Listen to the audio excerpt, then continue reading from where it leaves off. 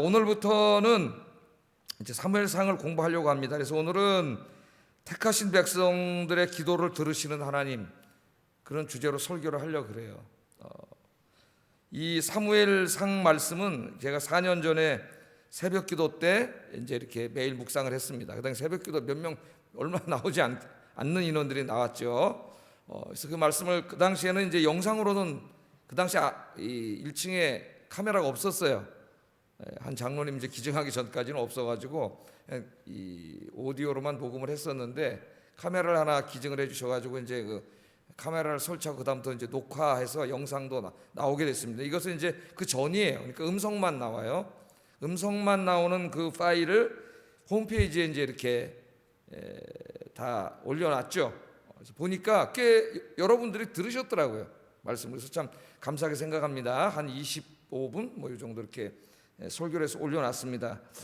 그래서 이 수요일 날은 이제 이 사무엘상하를 좀 더 그 새벽 예배 때 한 것보다는 이 말씀을 좀 더 보완하고 또 확장하고 좀 더 자세하게 이렇게 연구해서 같이 공부하면서 강의하려고 합니다.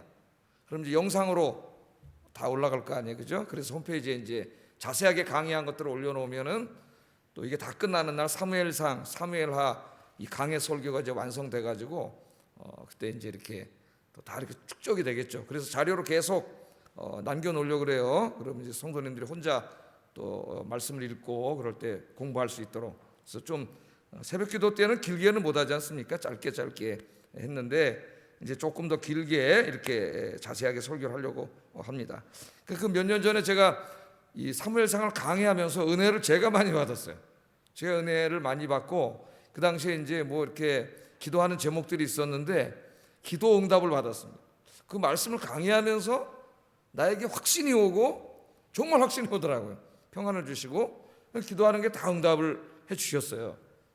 그래서 이제 이 말씀을 준비하면서 그런 생각을 했습니다.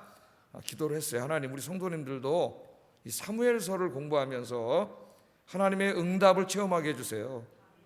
네, 기도했어요. 이제 좀 이따 공부하겠지만은 사무엘이라는 이 이름이 하나님이 들으신다는 뜻이에요. 하나님이 들으신다.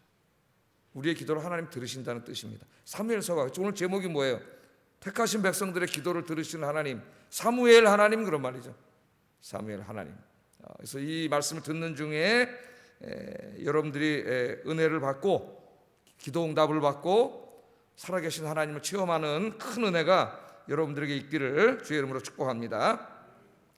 자, 오늘 첫 시간이니까 간단하게 이제 좀 서론을 공부하고 시작을 하겠습니다. 먼저는 사무엘서의 저자, 사무엘서의 저자는 누구일까요? 그럼 많은 사람들이 생각하기를 사무엘이라고 하는 이름이 붙어있기 때문에 당연히 사무엘이 썼을 것이라고 생각을 합니다. 그러나 사무엘서의 저자는 사무엘은 될 수가 없어요. 왜 그럴까요?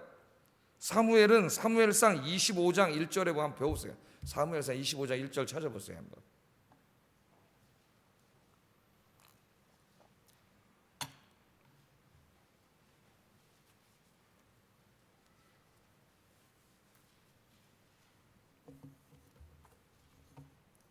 자, 한번 읽어볼까요? 시작.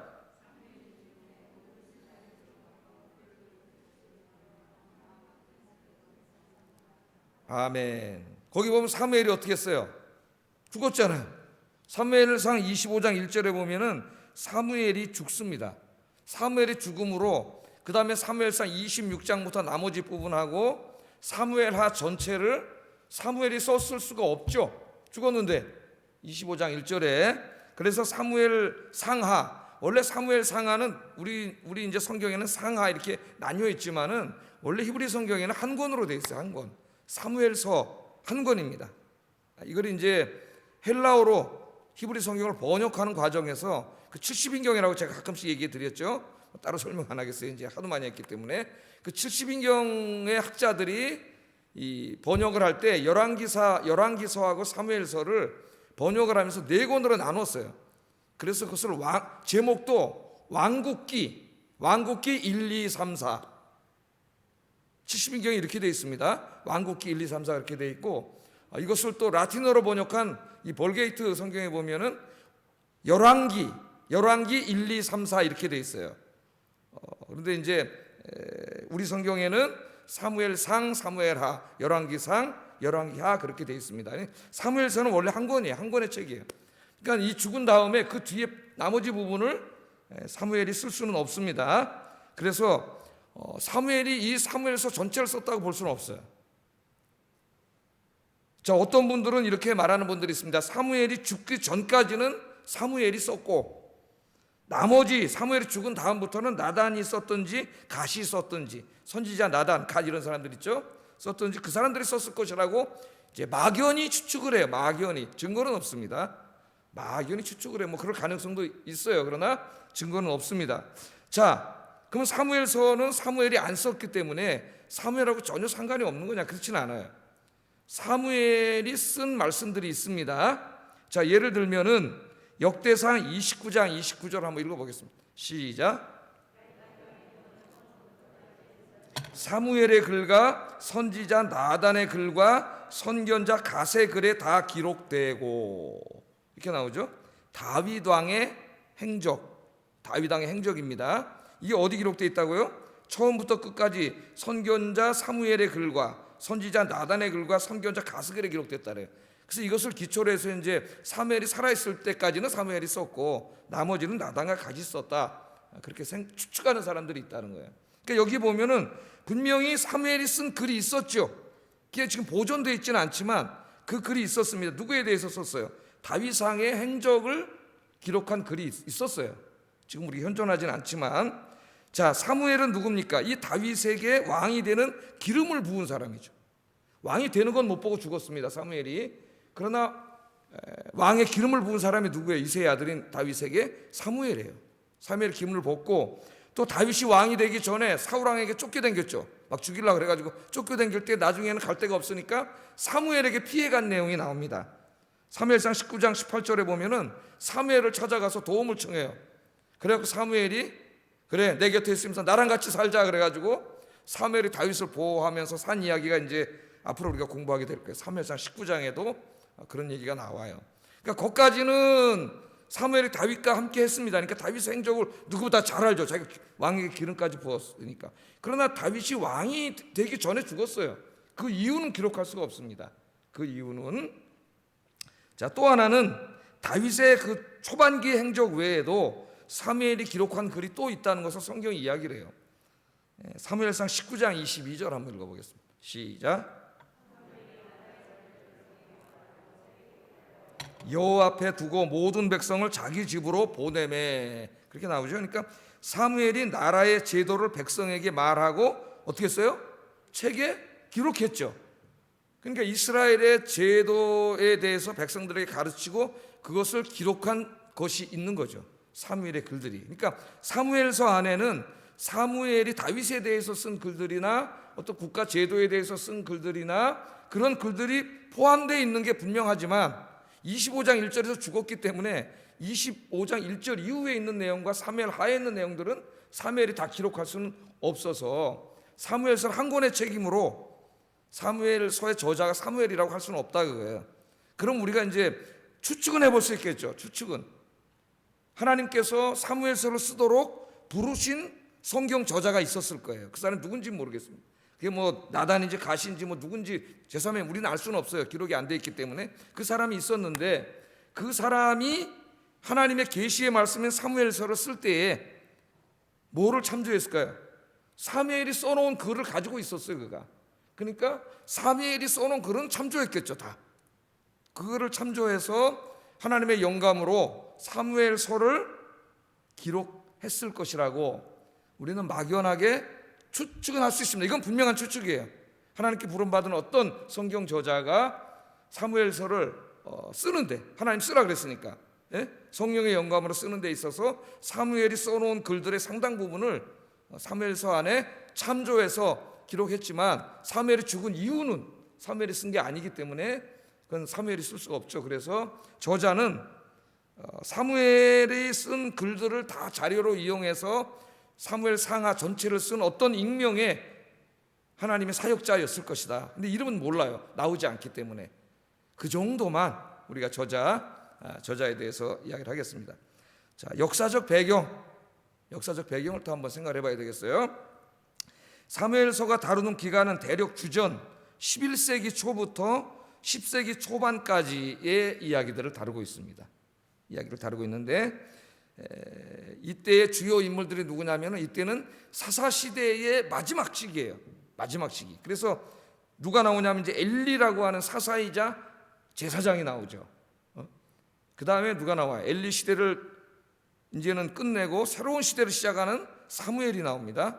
사무엘은 선지자인데 사무엘을 사사로 본다면 사무엘이 마지막 사사이고 사무엘을 그냥 선지자로만 본다면 엘리가 마지막 사사예요. 그러니까 사사 시대의 마지막, 사사 시대를 종결하고 새로운 시대를 열어갑니다. 이제 이스라엘에도 왕이 생기죠. 그래서 그 다음에 이제 사무엘이 기름 부어 세운 왕이 사울이고 그 사울 왕이 하나님 뜻대로 살지 않고 자꾸 죄를 짓기 때문에 하나님이 그 왕을 다른 사람에게 시키기로 했어요. 그 사람이 다윗이에요. 그래서 그 다윗 왕의 이야기, 다윗 왕의 말기, 죽기 전까지예요. 다윗이 죽는 것은 이제 열왕기 상 1장 2장 전반부에서 죽죠. 그러니까 다윗 왕이 죽기 전까지 다윗 왕 통치의 말기까지를 사무엘서가 다루고 있다. 그렇게 여기면 되겠어요. 그러니까 사사 시대의 마지막과 그 다음에 이스라엘의 사사 시대가 끝나고 왕정 시대의 사울 왕과 다윗 왕까지 여기까지의 시기를 다루고 있다. 사무엘은 이 새로운 시대를 사사 시대를 끝내고 왕정 시대를 여는 그 킹메이커입니다. 킹메이커. 요새 어떤 사람들이 정치하면 나는 킹메이커를 할 거야 그런 사람들 있죠. 두 사람의 왕에게 기름을 부었으니까 중요한 역할을 하는데 역사적 배경 그 정도로 우리가 공부를 하겠습니다. 자, 사무엘, 이름이 사무엘서인데 사무엘서, 왜 사무엘이 쓰지 않았는데 사무엘서라고 했는지는 정확하게 알 수는 없어요. 그 전반부의 주요 내용이 사무엘이 쓴 글을 참조했기 때문에 그랬을 수도 있고, 그죠? 또 사무엘이 이 왕정이라고 하는 새로운 시대를 여는데 중요한 역할을 했기 때문에 사무엘의 이름을 갖다 썼을 수도 있습니다. 그런 가능성이 다 있어요. 그러나 사무엘이라고 하는 이름이 이제 좀 이따 우리가 좀 자세히 이건 보겠지만은 샤마 플러스 엘, 그러니까 하나님, 샤마는 듣는다는 말이에요. 엘은 하나님이에요. 하나님이 들으셨다는 뜻이니까. 하나님이 들으셨다. 뭘 들으셔요? 택하신 백성들이 고통 중에 부르짖는 기도를 하나님이 들으셨다. 그래서 사무엘이에요. 하나님의 백성들이 고통 중에 있을 수 있지만 그때 하나님께 부르짖고 기도하면 하나님은 들으신다. 그럼 하나님 듣고 가만히 있을까요? 하나님이 들었다는 얘기는 하나님이 듣고 역사하신다는 얘기죠. 그래서 그것이 이 새로운 시대를 여는데 제일 중요한 동력이에요. 기도가. 그래서 이런 뜻을 담아서 아마 사무엘이라고 기록하지 않았을까, 그런 생각을 한번 해봅니다. 자, 그래서 우리는 이 사무엘서를 통하여 기도가, 하나님을 의지하고 기도하는 것이 우리 개인에게 있어서도 삶의 희망이고 또 우리 민족에게 있어서도 희망이고 또 온 인류에 있어서도 희망이다. 희망. 우리의 소망은 하나님밖에 없다. 그것을 가르쳐 줍니다. 그러니까 하나님께 소망을 두는 사람, 하나님을 의지하는 사람은 어떤 특징이 있어요? 그 사람은 어떻게 살아요? 기도하는 사람이에요. 기도하는 사람. 기도하지 않는 사람은 하나님께 소망을 두지 않는 사람이에요. 하나님을 의지하지 않는 사람입니다. 그런 사람에게는 새로운 인생이 시작되지 않습니다. 그러나 하나님을 의지하고 하나님 소망하고 기도하는 사람에게는 새로운 인생이 시작되고 그런 민족에게는 새로운 시대가 열려요. 사무엘서는 우리에게 그것을 가르쳐주는 매우 중요한 말씀이다. 자, 이 정도까지만 우리가 한번 서론을 공부하고 본문으로 한번 들어가 보겠습니다. 자, 사무엘서는 절망과 고통 중에 있는 한 여인의 이야기로 그렇게 시작이 됩니다. 자, 이스라엘의 사사 시대의 말기에 에브라임 지파 중에 엘가나라고 하는 사람이 있었습니다. 엘가나. 1절 한번 읽어보겠습니다. 시작. 에브라임 사람 엘가나라 하는 사람이 있었으니 그는 여로함의 아들이요 엘리후의 손자요 도우의 증손이요 숲의 현손이더라. 아멘. 자, 어느 지파예요? 이 사람이 에브라임 지파입니다. 에브라임 지파이고 그 다음에 에브라임 지파에서 어디서 살았냐면 라마다임 소빔. 지도를 보겠어요. 지도를 한번 보겠습니다. 자, 아유 지도 잘 보이네 이제, 그죠? 아니 너무 잘 보여서 기분이 좋네. 지난번에 그래가지고 하나도 안 보였는데 너무 잘 보여요. 자, 하나님이 가나안 땅을 주신 다음에 12지파에게 땅을 나눠주셨죠. 레위 지파만 빼고. 레위 지파에게는 따로 이제 나중에 저 준 땅들 중에서 48개 성읍을 뽑아갖고 줍니다. 그러나 땅을 분배할 때는 주진 않았어요. 그래서 땅을 이렇게 나눠 가졌는데 에브라임 지파 어디 있어요? 요게 찐하니까 요게 안 보이네. 여기 있죠? 에브라임 지파의 정확한 위치는 아니지만 제가 대충 찍어놓은 거예요. 그냥 이 정도의 뭐가 있어요? 라마다임 소빔이라는 땅이 있습니다. 에브라임 지파 땅 안에. 그러니까 도대체 여기는 어느 정도냐 하려면은 예루살렘이 어디 있냐 보면 요 까만 점 요게 예루살렘이거든요. 요게 예루살렘이니까 예루살렘하고 그렇게 멀지 않죠. 조지역이라는 거. 그래서 오늘 지도를 통해서 보여드립니다. 요 지역에 살던 사람이 에브라임 지파에 이 엘가나라고 하는 사람이. 그런데 엘가나를 소개할 때 보면은 그냥 엘가나 아버지 정도까지 소개하지 않고 고조 할아버지까지 소개를 해. 고조 할아버지까지, 그죠? 누구의 자손이고 누구의 손자고 누구의 증손이고 누구의 고손 현손이고 고조 할아버지. 네, 우리 고조 할아버지가 누군지 잘 모르겠어요. 고조 할아버지까지를 소개합니다. 자, 고조 할아버지까지 소개하는 것으로 볼 때 엘가나는 당시 부자로 나오는데 벼락부자 된 사람이 아니고 대대로 그 가문이 부유하게 살았던 명문가 출신이었으면 틀림없어요. 자, 고조 할아버지부터 대대로 부유한 명문가고 돈 많은 부유한 집안이라는 것을 우리에게 보여줍니다. 자, 이 엘가나는 부유한 명문가 사람이었고 엘가나에게는 두 아내가 있었다 그래요. 두 아내. 2절 한번 읽어보겠습니다. 시작.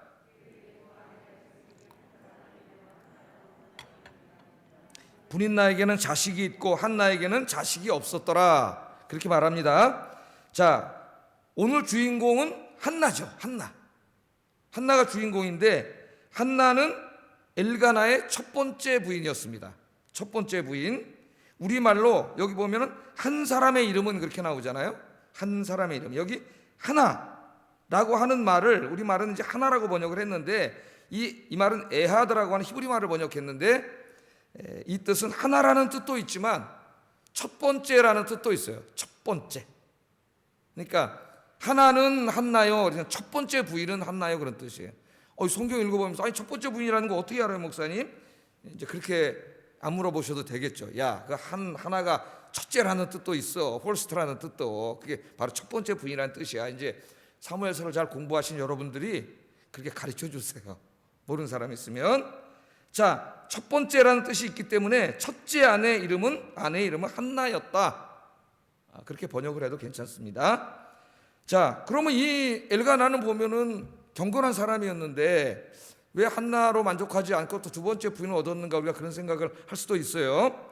자, 이 고대 사회에서 아이가 없다, 이런 명문 가문에 아이가 없다고 하는 것은 곧 그 가문의 종말을 의미했습니다. 종말. 그 대를 이을 아들이 없다고 하는 것은 끝이에요. 우리나라 옛날 생각하면 똑같아요. 옛날에. 그래서 엄마들이 어떻게 했어요? 우리 옛날에 엄마들이 아들 했지. 아들 그러다 이제 아들한테 그냥 실망하고 그냥 그런 엄마들이 많아요.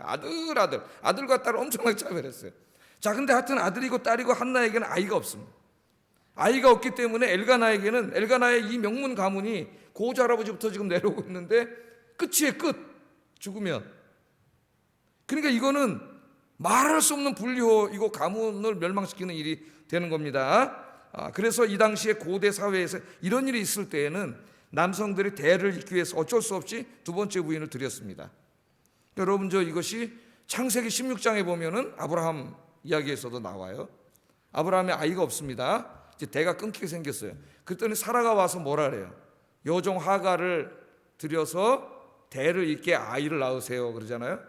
이제 물론 하갈이 아이를 낳으면 하갈 아이가 아니라 자기 아이로 삼으려고, 시바지로 삼으려고 그런 거죠. 그래서 아브라함이 이것을 허락하고 하갈을 두 번째 부인 첩으로 들여가지고 아이를 낳죠. 아들을. 그게 이제 이스마엘입니다. 그 이스마엘을 낳는데 지금 그때의 그 안타까움이 지금까지 지속되고 있잖아요. 저 아랍과 이스라엘의 싸움이. 자, 그런 얘기가 여기 나오고 있어요. 자, 엘가나가 가문의 대를 잇기 위해서 얻은 두 번째 부인이 있었는데 이 여자의 이름이 브닌나라고 하는 여인. 브닌나예요. 두 번째 부인이 브닌나입니다.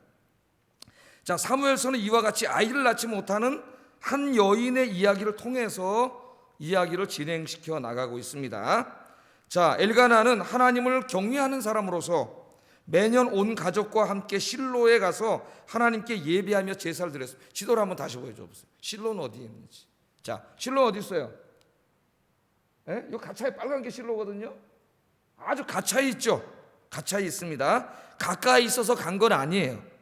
이 예루살렘에 하나님의 성전이 지어지고, 이게 베냐민이 아니라 예루살렘입니다. 이게 성전이 지어지기 전에는 실로에 하나님의 언약궤가 있었어요. 실로에. 그래서 다윗이 예루살렘 성에다 하나님의 언약궤를 옮기기 전까지 한 200년 동안 이 실로는 이스라엘의 예배 장소였습니다. 제사를 드리고 예배를 드리는 장소가 실로였는데 다행히 가까이 있었어요. 저기는 엘가나의 동네 가까이 있었습니다. 자, 이 실로에 가는데 이 얼마나 믿음이 좋냐면은 자기 두 부인과 브닌나는 아이들을 낳거든요. 대를 이어줬어요. 그 자식들을 다 데리고 실로에 가서 예배를 드리고 제사를 드렸다고 성경 이야기합니다. 자, 이 엘가나는 굉장히 좋은 사람이에요. 좋은 남편입니다. 좋은 남편. 어떻게 하느냐? 4절 5절 우리 한번 읽어보겠습니다. 4절 5절 시작.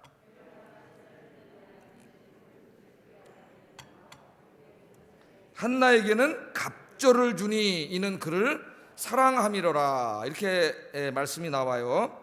자, 엘가나는 그러면 엘가나는 이렇게 편애를 했나? 편애를 한 게 아닙니다. 우리가 이 상황을 보면 우리가 알 수 있죠.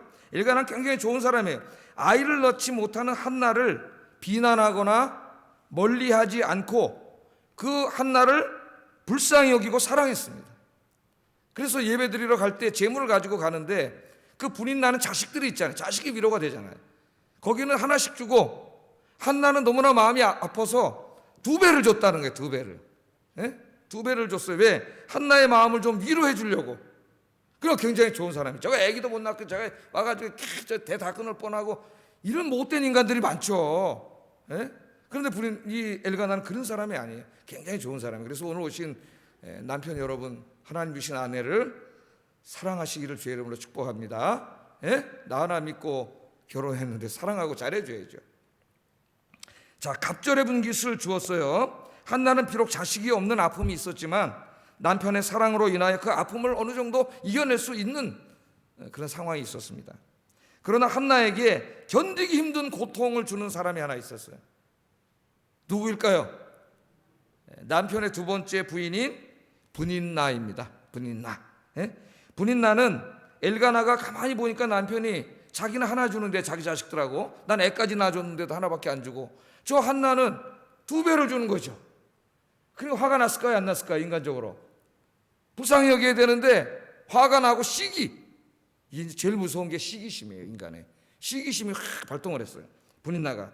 그래서 이 분깃을 2개씩 주는 걸 보고 이 브닌나가 한나를 적으로 삼았다 했습니다.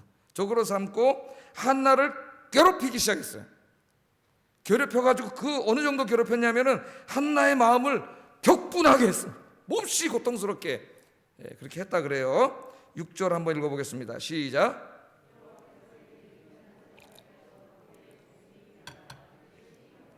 괴롭게 하였더라. 우리는 브닌나가 한나를 어떻게 괴롭게 한지는 잘 모릅니다. 나오지 않아요. 그러나 뭐 뻔한 거 아니겠어요? 한나가 아이가 없어서 그것으로 인해서 힘들어하고 있는 상황이죠. 고통이 있고 그것을 격동시키는 게 뭘까요? 아마 아이가 없는 것을 조롱하고 아이들을 데리고 그 앞으로 왔다 갔다 하면서 뭐 하여튼 어떻게 하는 모르지만은 드라마에 보면 많이 나오더라고 비슷한 게. 그래가지고 막 고통을 줬을 뿐만 아니라 막 견딜 수 없게 만든 거예요. 마음을 격분시켰어요. 여러분 우리 그리스도인들은 절대로 다른 사람을 격분시키면 안 됩니다. 약을 올리고 화를 내게 하고 조롱하고 모욕하고 지금 우리 사회가 막 온통 이러고 있는데 우리 그리스도인은 절대로 그러면 안 되죠. 좀 요즘 사회에 진짜 품이 있고 격식 있는 사람이 정말 요청되더라고요. 좀 앞으로 지도자가 되는 사람은 이 품격과 품위를 좀 봐야 되겠어요. 너무 진짜 잡것들이 이 권력의 중심에 왔다 갔다 하는 것 같아요. 정말 잡것들이라는 건 제 말이 아니라 어떤 교수의 말이에요. 교수의 말. 예? 좀 품이 있고 품격이 있고 인격이 훌륭한 사람들이 지도자가 되어야 되겠는데 눈을 씻고 봐도 잘 보이지가 않아요. 그런 사람들이. 예? 정말 내가 기도합니다. 좀 품격 있는 사람이 지도자가 되어야 되겠다. 앞으로 그런 생각이 들어요. 한나의 마음을 격분시켰습니다. 7절 한번 읽어보겠습니다. 시작. 분이 나가 그를 격분시킴으로 그가 울고 먹지 아니하니라. 울고 먹지 아니하니라. 예? 예배 드리러 갈 때마다 남편이 불쌍해가지고 하나씩 주고 또 2개씩 2배를 주니까 그때마다 분이 나가 시기심이 발동해가지고 엄청나게 와서 괴롭히고 고통을 주고 모욕을 하는 거죠. 그러니까 한나가 너무 힘든 거예요. 마음이 막 분노가 나가지고 어떻게 했어요? 울고 먹지 않았다 그랬어요. 울고 먹지 않았습니다. 그러니까 하나님께 예배 드리려고 하는 그 즐거운 날이 한나에게는 슬픔과 눈물의 날, 격분의 날이었습니다. 격분의 날. 한나가 우니까 남편 엘가나가 위로합니다. 위로를 해요. 그러나 남편의 말은 분인나가 주는 고통의 크기 때문에 위로가 되지 않았어요. 8절 한번 읽어보겠습니다. 시작. 한나여 어찌하여 울며 어찌하여 먹지 아니하며 어찌하여 그대의 마음이 슬프냐. 내가 그대에게 10 아들보다 낫지 아니하냐. 내가 있는데 왜 이렇게 우냐. 내가 10 아들보다 낫지 아니야. 이렇게 위로를 했지만은 엘가나는 좋은 사람이었지만은 여성의 마음을 너무나 모르는 사람이에요. 왜 우는지 몰라 이거? 저 보면은 굉장히 좋은 사람이었지만 잘 몰라요. 여성의 마음. 그러니까 여러분 하여튼 이 남자는 여성의 마음을 잘 몰라요. 그러니까 너무 기대하지는 마세요. 너무 기대하지는 마세요. 그러니까 한나는 하나님을 의지하고 살잖아요. 하나님을 의지하고. 자, 남편이 있는데 네가 왜 이렇게 슬프냐. 내가 10 아들보다 낫지 아니하냐. 그렇게 위로했지만 위로가 되지 않습니다. 그런데 오늘 이 말씀을 보면 사무엘서 저자가 한나가 아이를 낳지 못하는 원인을 하나님께 돌리고 있다는 거예요. 하나님께. 6절에 보면 뭐라 그래요? 여호와께서 그에게 임신하지 못하게 하셨다 이렇게 말을 합니다. 여호와께서 아이를 주셔야지 왜 임신하지 못하게 합니까? 그러니까 우리가 이 말씀을 읽으면 하나님의 이 안에 어떤 한나가 아이를 갖지 못하는 이 안에 하나님의 놀라운 뜻이 있다는 것을 좀 우리가 추론할 수 있습니다. 추론이라고 하는 것은 막 추측하는 게 아니에요. 근거 없이 이런저런 정황을 다 생각해 볼 때 명시적으로 말한 건 없지만 분명하다. 이런 게 추론적인 지식이죠. 추론적인 지식. 우리가 추론해 볼 수가 있어요. 자, 하나님은 아마 지금 이 이스라엘의 이 사사 시대, 어둠의 시대잖아요. 이 어둠의 시대에 하나님의 말씀이 희귀한 시대를 이제 끝내고 새로운 역사를 시작할 위대한 지도자를 한나를 통해서 출산시키려고 계획을 가지셨던 것 같아요. 그런데 여러분, 위대한 아들을 낳으려면은 엄마가 기도해야 돼. 그래서 하나님 그냥 주시지 않고 한나의 기도를 통해서 주시려고 그랬던 것 같습니다. 제가 추론해 보기에는 기도를 통해. 그러나 한나가 기도하지 않은 것 같아요. 분인나가 와가지고 자기의 마음을 격분시키기 전까지는 한나가 기도했다는 말이 없어요. 그리고 아이가 없어서 고통스러웠지만 남편이 너무나 잘해주기 때문에, 남편이 사랑해주기 때문에 힘들어도 그럭저럭 살아갈 수 있었어요. 그러니까 인간은 진짜 얼마나 어리석은지 정말 막 죽을 지경에 이르기 전까지는 간절하게 기도하지 않는 것 같아요, 인간이. 자, 기도를 하면 하나님 주실라 그랬는데 기도를 하지 않는 거예요. 그런데 분인나가 어떻게 해요? 계속 괴롭히는 거죠. 고통을 주고 격분시키고 너무 힘들게 하는 거예요. 한나가 언제부터 기도하기 시작합니까? 분인나가 괴롭힐 때부터 기도하기 시작해요. 괴롭힐 때부터. 그러니까 분인나가 없었으면 한나는 기도하지 않았을 거예요. 그러면 이런 큰 축복을 받지 못했을지도 모릅니다. 그러나 분인나가 와서 계속 고통을 주기 때문에 기도한 거예요. 그러니까 역설적으로 보면은 굉장히 역설적인데 분인나는 한나가 아들 사무엘을 얻는데 결정적인 기여를 하게 돼요. 그죠? 분인나가 괴롭히지 않았다면 한나가 이렇게 하나님 앞에 가서 간절히 기도하지 않았을 테니까. 분인나의 괴롭힘은 고통스러웠지만 한나는 분인나 때문에 하나님 앞에 가서 기도하는 복을 누리게 됐습니다. 자, 여러분, 우리에게 어떤 교훈을 주는 것 같아요? 우리 인생에도 분인나 같은 고통이 올 수 있습니다. 우리에게. 여기서 우리가 교훈을 얻어야 돼요. 우리 인생에 닥쳐오는 고통, 고난은 하나님이 기도하라고 부르시는 음성이다. 그걸 알아야 돼요. 그 고통이 나를 기도의 자리로 이끌고 그 기도를 통하여 나에게 하나님이 준비하신 큰 복을 주시는 그런 길일 수 있다는 것을 여러분 우리는 깨달아야 됩니다. 오늘 분인나 이야기를 통해서 우리에게 이걸 가르쳐주고 있어요. 여러분 인생에 분인나 같은 문제가 있습니까? 하나님께서 기도하라고 부르시는 하나님의 음성임을 깨닫고 주저앉지 말고 절망하지 말고 하나님 앞에 나서 기도하는 여러분 되기를 주의 이름으로 축복합니다. 그럼 그 신앙이 얼마나 성숙한 신앙이겠어요. 자, 분인나가 고통을 줬기 때문에 한나는 너무나 힘들어서 견딜 수가 없었어요. 그래서 하나님 앞에 가서 기도하기 시작합니다. 기도하기 시작해요. 자, 어느 또 예배하러 가는 날인데 분인나는 어김없이 한나를 괴롭혔습니다. 괴롭혔어요. 그래서 한나는 더 참을 수가 없어서 그 예배 드리러 갔다가 먼저 일어나서 성전으로 가서 기도하러 성전으로 간 거예요. 가서 기도를 하는데 10절 11절 한번 읽어보겠습니다. 10절 11절 시작. 만군의 여호와여, 만일 주의 여종의 고통을 돌보시고 나를 기억하사 주의 여종을 잊지 아니하시고 주의 여종에게 아들을 주시면 내가 그의 평생에 그를 여호와께 드리고 삭도를 그 머리에 대지 아니하겠나이다. 이제 기도한 겁니다. 여러분들께 기도하세요. 자, 사무엘서 저자는 뭐라 그러냐면 한나가 마음이 괴로웠다 그랬어요. 마음이 괴로워서 하나님께 기도하며 통곡하고 울었다 그랬어요. 그러니까 여러분, 마음이 너무 힘들고 어렵고 고통스러워 누구에게도 말할 수 없어요. 남편도 잘 몰라. 아니, 내가 있는데 왜 자꾸 이렇게 힘들어해 울어 그러는 거야, 이 바보 같은 남편이. 이 고통의 문제를 자기가 어떻게 해결할 수가 없어요. 그래서 하나님께 간 겁니다. 그 괴로운 마음을 가지고 하나님께 가서 하나님께 기도하면서 운 거죠. 바로 여기에 희망이 있는 거예요, 여러분. 여기에 소망이 있는 겁니다. 그냥 주저앉고 원망하고 막 그러잖아요. 같이 욕하고 싸우고 이렇게 하지 않고 이 괴로운 마음과 슬픈 마음을 가지고 하나님께로 갔다는 거, 그 앞에 가서 하나님께 기도했다는 거, 여기에서 한나의 새로운 인생이 시작되고 축복의 인생이 시작됩니다. 할렐루야. 하나님이 뭘 우리에게 말씀하시는 거예요? 너희도 그렇게 하라는 거예요. 한나처럼 여러분들도 그렇게 하라는 거예요. 10절 13절 아니 12절 13절 우리 읽어보겠습니다. 시작.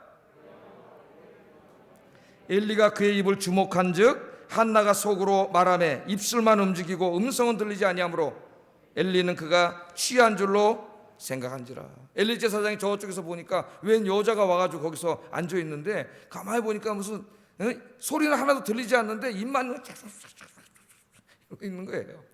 울면서 어떨 땐 또 통곡하면서 흐느끼면서 그러고 있는 거예요. 자, 그래서 엘리는 그가 뭐 하고 있다고 오해를 했어요. 술 취했다고 오해를 했어요. 술 취했다고. 그냥 자, 여기를 잘 보세요. 아까 한나는 어떻게 기도했다 그랬어요? 마음이 괴로워서 하나님 앞에 기도하며 통곡하고 울었다 그랬어요. 우는 소리는 들렸을 거예요, 아마. 그런데 그 다음에 또 이제 12절에 나오는 말씀을 보면 여호와 앞에 오래 기도했다 그랬어요. 오래 기도했는데 그 입이 소리를 내지 않고 그냥 하면서 기도한 거니까 하나님 앞에 막 흐느끼면서 기도한 거지. 이거는 흐느끼면서 흐느끼고 우는 거죠. 막 소리는 들리지 않지만 흐느끼 울면서 기도한 거예요. 근데 제사장이 지켜보고 다가오고 있는지도 모르고 기도하고 있으니까 지금 한나의 기도를 한번 보세요. 한나의 기도는 하나님 앞에 몰입하고 있습니다. 제사장이 오는지도 알지 못하고 있어요. 오직 하나님 한 분께만 바라보고 자기의 괴로운 마음을 가져가서 통곡하며 슬피 울며 오랫동안 하나님 앞에 기도했다. 그렇게 우리에게 이야기하고 있습니다. 현대 그리스도인의 위기는 기도의 위기라고 제가 여러 번 말씀을 드렸어요. 현대인들이 회복해야 될 가장 시급한 일은 한나의 기도입니다. 한나의 기도. 한나의 기도는 모든 믿는 사람들의 기도의 모범입니다. 모범.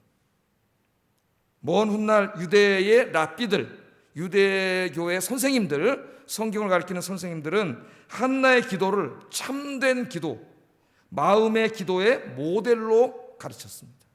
기도를 하려면 한나처럼 기도해라. 한나처럼 기도해라. 그렇게 가르쳤어요. 현대인들의 기도가 위기에 있다고 하는 말은 제가 여러 번 말씀드리지만 기도가 기도되지 못하고 있는 것입니다. 진짜 한나처럼 괴로운 마음을 가지고 가서 하나님 앞에 울면서 통곡하면서 자기의 괴로운 마음 다 쏟아놓고 그렇게 기도하고 오랫동안 주님께만 몰입하고 누가 오는지 왔다 갔다 하는지 뭐 전쟁이 났는지도 알지 못하면서 오직 하나님께만 집중하고 그 깊은 기도에 들어가는 기도, 그런 기도를 잃어버렸다는 거예요. 우리 어머니 세대는 그런 기도를 많이 하셨는데 현대인들이 기도도 인스턴트, 커피도 착해서 그냥 얼른 샥 마시고 라면 끓여 먹고 햄버거 하나 먹고 인스턴트에 기도도 인스턴트. 그러니까 기도가 전혀 기도가 되지 않고, 제가 늘 말하지만 요새 우리 산상설교에서도 배우지만은 중언부언하는 기도, 때로는 졸거나 때로는 딴 생각하다가 앉아있다가 그러다 그냥 앉아서 가고, 기도하는 시간이 제일 지루한 시간이 되는 거고 뭘 기도했는지도 모르는 정말 기도가 아닌 기도죠. 기도가 아닌 기도. 제가 늘 말하지만 초인종 눌렀다가 주인이 누구세요? 그러니까 그냥 가버리는. 하나님 너 왔냐? 근데 그냥 가버려 일어나서. 기도의 위기입니다. 기도의 위기. 우리가 진짜 회복해야 될 일을, 우리의 새로운 인생을 위해서, 행복한 인생을 위해서, 그리고 새로운 교회의 시대, 또 이 민족의 새로움을 위해서 우리가 이제 회복해야 될 것은 한나의 기도라는 것을 하나님 우리에게 강조하고 있어요. 이 땅에 예수 믿는 사람들이 한나처럼 기도하면은 하나님이 이 땅의 모든 문제들을 해결해 주실 줄로 믿습니다. 지금 뭐 전염병 때문에 경제적인 문제, 또 뭐 이 고립감, 외로움, 우울, 너무 힘든 사람들이 많아요. 우리 주변에. 그렇지 않은 사람도 있지만은. 이런 모든 이 시대의 고통과 절망과 어려움을 치유하고 다시 한번 희망과 새로운 시기로 나갈 수 있는 유일한 길은 하나님밖에 없어요. 하나님만이 그렇게 해줄 수 있습니다. 그럼 우리는 어떻게 해야 돼요? 우리의 소망은 하나님밖에 없으니까 한나처럼 하나님 앞에 가서 울어야죠. 기도해야죠. 그러면 하나님이 응답해 주실 줄로 믿습니다. 기도하면 놀라운 일이 생깁니다. 우리 한번 인사하겠습니다. 기도하면 율동까지 하겠습니다. 놀라운 일이 생깁니다. 한번 인사하겠습니다. 놀라운 일이 생깁니다. 그래 안 잊어먹으면 되니까요. 놀라운 일이 생깁니다. 믿습니까? 체험하시기 바랍니다. 제가 사무엘서 강의하다가 응답받았다 그랬잖아요. 여러분도 응답받으시고, 야 정말 기도하니까 하나님 살아계시는구나. 이 절망적인 문제, 나에게 너무나 큰 나를 격분시키고 고통을 줬던 문제들도 기도했더니 하나님 다 해결해 주시는구나. 정말 놀라운 일이 벌어지는구나. 사무엘서를 듣는 동안 여러분이 한나처럼 기도하셔서 이런 놀라운 인생의 축복을 받는 여러분 되기를 주의 이름으로 축복합니다. 자, 다시 한번 또 계속 말씀을 가보겠습니다. 엘리 제사장은 한나에게 다가왔어요. 왜? 술 취한 여자가 성전에 와서 주절거렸는지 알았으니까 쫓아내야 되잖아요. 쫓아내려고 찾아왔어요. 자, 그래서 당연히 어떻게 했겠어요? 와서 꾸짖었겠죠. 어디 성전에 와서 감히 술 취해가지고 이러느냐. 꾸짖는 내용이 나옵니다. 14절 한번 읽어보겠습니다. 시작.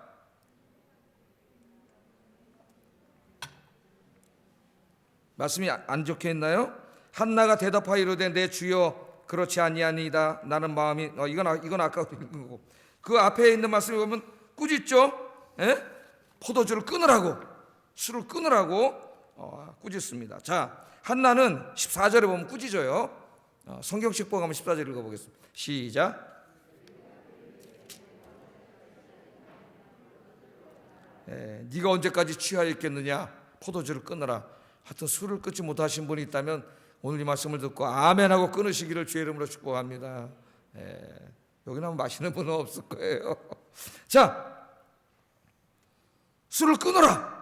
그랬더니 한나가 제사장의 말을 기가 막힌 뭐라고 얘기했냐면은 15절 16절 한번 읽어보겠습니다. 시작.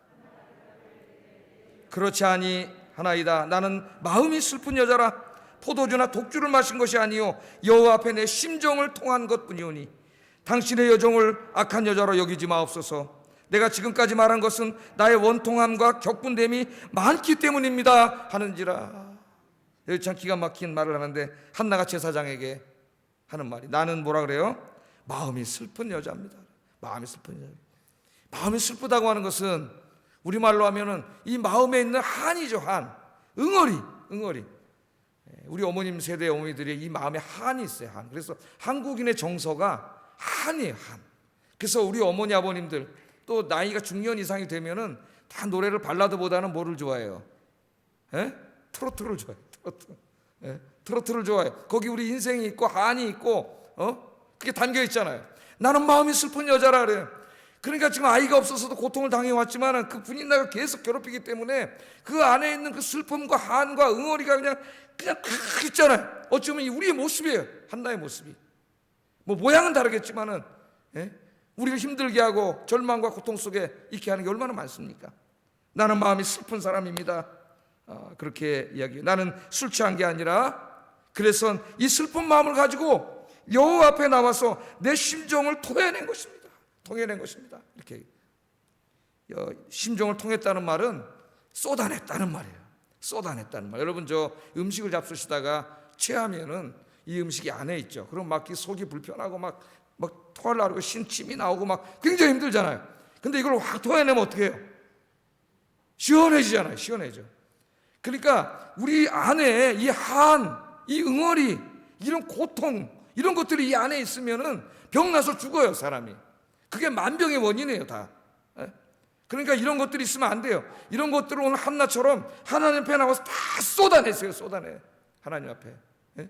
울면서 하나님 앞에 쏟아내세요. 그럼 어떻게 돼요? 시원해져요. 하나님이 치유해 주시는 줄로 믿습니다. 하나님이 위로해 주셨어요. 한나가 하나님 앞에 가서 슬픈 마음을 쏟아놓고 통곡하며 기도했을 때 하나님께서 그 모든 기도를 들으시고 제사장 엘리를 통하여 응답을 해 주십니다. 이 한심한 제사장이었지만은 기도하는 여인을 술 취한 여자로밖에 알지 못하는, 영성이라고는 다 떨어져 버린 이 정말 한심한 제사장이었지만은 그래도 하나님께서 이 제사장을 마지막 한나의 기도 응답으로 사용을 하셔요. 이 말을 듣고, 이 기가 막히는 말을 듣고 이 제사장이 이렇게 얘기합니다. 17절 읽어보겠습니다. 시작.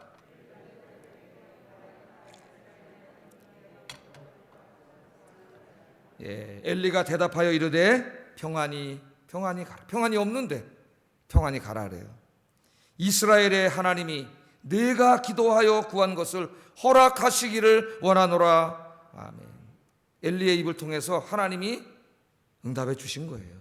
그래서 제가 오늘 이 말씀을 설교를 치다가 제가 또 엘리의 입술을 대신하기로 했습니다. 대신해서 하나님 제 입술을 통해서 여러분에게 말씀하시는 거예요. 여러분이 기도하시잖아요. 하나님 이렇게 말씀하십니다. 평안히 가라. 이스라엘의 하나님이 내가 기도하여 구한 것을 허락하시기를 원하노라. 여러분이 아멘 하셨으면 이제 그대로 되는 거예요. 아멘 하셨으면 그대로 되는 거예요. 한나의 이 정말 간절한 기도, 그 슬픈 마음을 하나님 옆에 가서 쏟아놓았잖아요. 딱 쏟아놓은 기도를 하나님께서 들으시고 응답해 주셨습니다. 우리나라에 이제 많이 번역된 책이 있는데 유진 피터슨이라고 얼마 전에 돌아가신 걸로 알고 있는데 영성 신학자가 있어요. 이분이 쓴 책이 많이 번역됐는데 이분이 쓴 책 중에 사무엘서 강해라고 하는 책이 있습니다. 이 책에서 이분이 이런 말을 해요. 기도 응답은 경건함이나 직분에서 오는 것이 아니라 절박한 마음에서 옵니다. 절박한 마음. 그러니까 기도는 그냥 건성으로 하면 안 돼. 기도는 정말 절박한 마음으로, 간절한 마음으로 해야 돼요. 아니, 나도 절박하지 않고 간절하지 않은데 무슨 하나님 응답해 주시겠어요? 그냥 해보면 하나님 앞에 가서. 지금 한나는 하나님이 응답해 주지 않으면 나는 죽습니다 하는 절박한 마음으로, 간절한 마음으로 하나님 앞에 매달린 거죠. 그러니까 유진 피터슨이라고 하는 이 훌륭한 신학자, 영성 신학자가 이 말씀을 보면서 한나의 기도 응답은 절박한 마음에서 왔다래. 절박한 마음. 여러분 정말 하나님만이 내 인생의 문제를 해결해 줄 수 있다고 믿고 하나님 앞에 절박한 마음으로 간절하게 기도하는 사람들의 기도를 들어보세요. 기도원 같은 데 가서 산기도하는 사람들 들어보세요. 정말 그렇게 절박하게 기도할 수가 없습니다. 하나님이 그런 기도를 기뻐하세요. 때로는 우리에게 그렇게 기도하기를 하나님이 원하세요. 한나는 엘리 제사장을 통해서 말씀하시는 하나님의 말씀을 들었습니다. 그리고 그 말씀을 조금도 의심하지 않았어요. 아멘! 그렇게 될 줄로 믿습니다. 여러분이 아까 아멘 하신 것처럼 그렇게 믿었어요. 18절 한번 읽어보겠습니다. 18절 시작. 먹고 얼굴에는 다시는 근심빛이 없더라. 하나님의 약속의 말씀을 믿으니까 어떤 일이 벌어졌어요? 얼굴에 근심빛이 사라졌다 그랬어요. 이제까지는 막 그 얼굴에 다 나타나잖아요. 사람의 한평생은 얼굴에 다 나타납니다. 얼굴에. 그래서 그 근심, 걱정 이런 게 막 얼굴에 확 있죠. 그래서 저는 이렇게 보다 저 사람 우울증이 너무 심하다. 왜? 얼굴에 다 나타나요. 얼굴에. 얼마나 힘들까 저 사람이. 그런 생각이 들어요. 그런 근심 걱정이 얼굴에 찌들은 얼굴들이 있는데 한나도 그런 얼굴이었는데 이 말씀을 듣는 순간 믿어졌어요. 조금도 의심하지 않았어요. 하나님이 응답해 주신다는 거. 하나님이 네가 구한 것에 응답해 주시기를 원하노라 아멘 하니까 이 말씀 믿어지니까 평안이 들어오고 얼굴에 근심빛이 사라졌다. 그렇게 성경은 이야기하고 있습니다. 상황이 변한 것 아무것도 없어요. 그냥 그 말씀만 들은 거예요. 그런데 한나의 얼굴에는 하나님을 믿으니까 근심빛이 사라지고 어두운 그늘이 사라졌습니다. 한나가 하나님의 말씀을 조금도 의심하지 않고 믿었다는 것을 보여줘요. 하나님을 믿으면요, 정말 하나님을 믿으면은 얼굴에 근심빛이 사라지고 평안이 몰려옵니다. 정말 믿으면, 하나님의 이 응답의 말씀을 믿으면 한나의 기도에 응답하신 것처럼 하나님 나의 기도에도 응답해 주실 줄을 믿습니다. 그 믿음이 확 들어오면은 내 마음에 평안이 가득 차게 되고 근심빛이 다 사라진다니까요. 그래서 행복해져요. 마음이 평안해지고. 그래서 기도 응답의 첫 번째 단계가 평안이에요. 평안. 마음이 갑자기 평안해져요. 평안해지는 역사가 일어납니다. 자, 한나의 기도에 하나님이 약속하셨고 이제 하나님이 하실 일만 남았어요. 그러니까 여러분이 기도하시면은 하나님이 여러분의 인생 속에 들어오세요. 그래서 여러분이 간절히 원하는 일, 그러나 나의 힘으로 할 수 없는 일을 하나님이 하셔야지. 하나님이 하시는 거예요. 예? 하나님의 자존심을 걸고 영광을 위해서 하나님이 하시는 거예요. 19절 20절 읽어보겠습니다. 시작.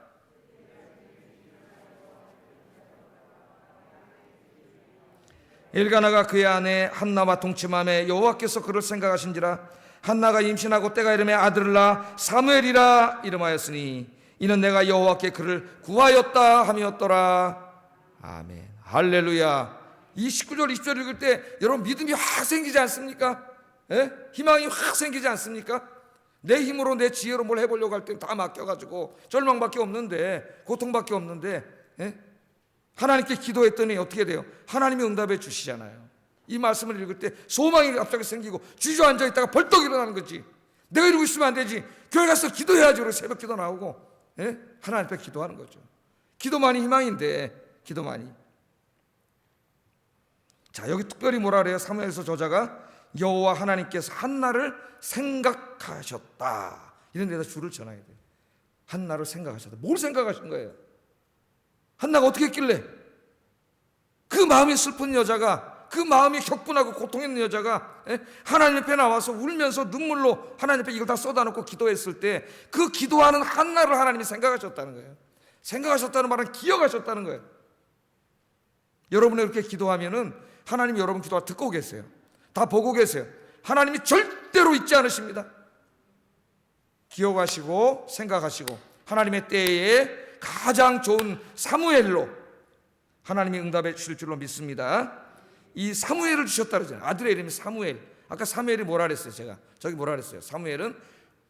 사무엘이 무슨 뜻이냐를 해석하려고 구약의 학자들이 굉장히 많은 노력을 했어요. 그래서 사무엘이라는 단어를 음성학적으로 혹은 어원학적으로 쪼개가지고 뭐 이런저런 이론이 굉장히 많습니다. 주석들을 읽어보면은 다 다르고 막 굉장히 많아요. 그러나 이 말씀을 잘 알아야 돼요. 이 의미는 문맥 속에서 이해해야 돼요. 문맥이 뭐라 그랬어요? 여호와께서 그를 생각하신지라 한나가 임신하고 때가 이름에 아들을 낳아 사무엘이라 지었는데 이는 내가 여호와께 그를 구하였다 함이었더라. 사무엘이라고 왜 이름을 줬다고요? 내가 아들을 달라고, 사무엘을 달라고 하나님께 기도했기 때문이라고 줬어요. 그러니까 사무엘은 하나님의 기도의 응답이라는 것을 말하고 있습니다. 그러므로 많은 이론들이 있지만은 저는 이것이 분명하다고 생각해요. 사무엘은 샤마, 신명기 5장 6장에 보면 샤마 이스라엘아 들으라, 이런 말씀이 있잖아요. 샤마는 듣다는 말이에요. 하나님 말씀을 듣는다는 말이에요.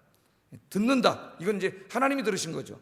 샤마 플러스 엘, 샤마엘, 사무엘. 그러니까 뭐예요? 하나님이 들으셨다는 뜻이에요. 그럼 딱 맞잖아요. 내가 여호와께 그를 구하였다 함이었다. 그러니까 너무 음성학적으로 어원학적으로만 연구하지 말고 문맥 속에서 연구하는 게 가장 중요해요. 어떤 단어의 의미는 제일 중요한 게 문맥입니다. 문맥 속에서 이해하면은 샤마엘이 돼요. 하나님이 들으셨다는 거예요. 우리가 기도하면 하나님이 들으신다. 하나님이 들으셨다는 건 하나님이 그 문제를 해결해 주신다는 거예요. 그래서 사무엘은 기도의 응답입니다. 기도의 응답. 그래서 오늘 사무엘서의 주제는 뭐예요? 하나님의 백성들이 기도하면 하나님이 들으신다. 우리는 그냥 허공에다 소리 지르는 게 아닙니다, 여러분. 그냥 교회 와서 그냥 내 감정 토해놓고 그냥 한풀이 하는 게 아니에요. 인격적이신 하나님, 살아계신 하나님, 전능하신 하나님 앞에서 내 심정을 토해놓는 거예요. 그럼 하나님이 기억하시고 하나님이 응답해 주십니다. 할렐루야. 올 한 해는 정말 무엇보다도 더 많이 하나님 옆에 나와서 한나처럼 울며 기도하는 여러분 되기를 주의 이름으로 축복합니다. 기도하겠습니다. 두 가지만 기도하겠어요. 두 가지만. 내 인생에 찾아오는 고통은 기도하라고 부르시는 하나님의 음성이에요. 하나님의 음성.